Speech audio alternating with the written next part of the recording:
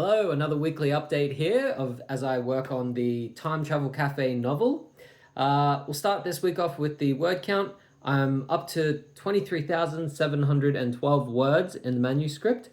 I spent a lot of this week working on the introductory chapter, the kind of inciting incident that gets the ball rolling. And I did a deep dive into the world building of, I have this idea about what the Time Travel Cafe is, but I wanted it to make it this kind of labyrinthian, mysterious place. On the surface, it has this, cross-temporal or pan-temporal salon type feel. But then as you dig deeper, there's all these other different rooms, and there's this maze-like element to it the more you try to explore. And of course, our five main characters, historical figures, they've started to wake up and realize that they're trapped in this loop here, in this dark tourism loop of the Time Travel Cafe. And so this introductory chapter, it breaks off with an explosion in the cafe. They have found out a way that they can finally escape, maybe. And the chapter is how they kind of get to that escape.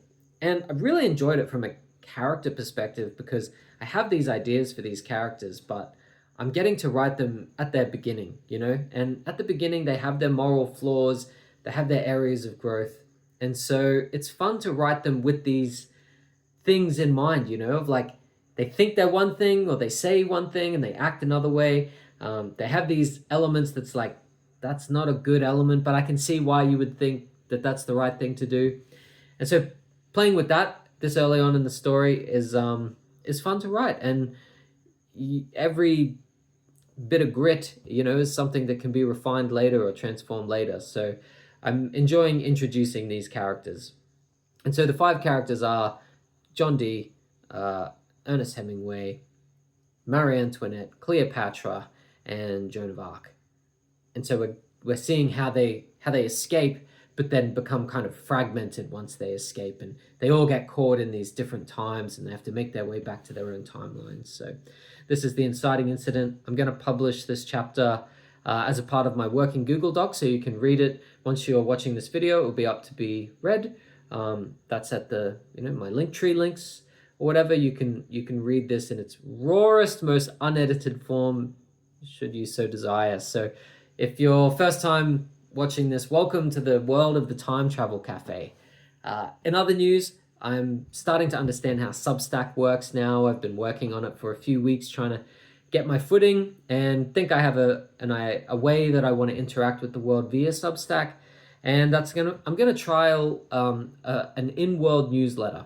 I'm trying to think of what will be interesting for people to read without knowing me or my journey, or who gives a shit what I'm saying about where I'm at with my manuscript.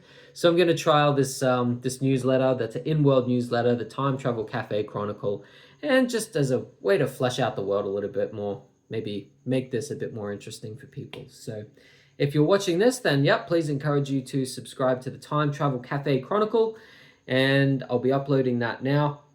So if you're reading this, you should be able to go and subscribe to that. If you're watching, thank you for watching. Appreciate it, and I'll see you next week.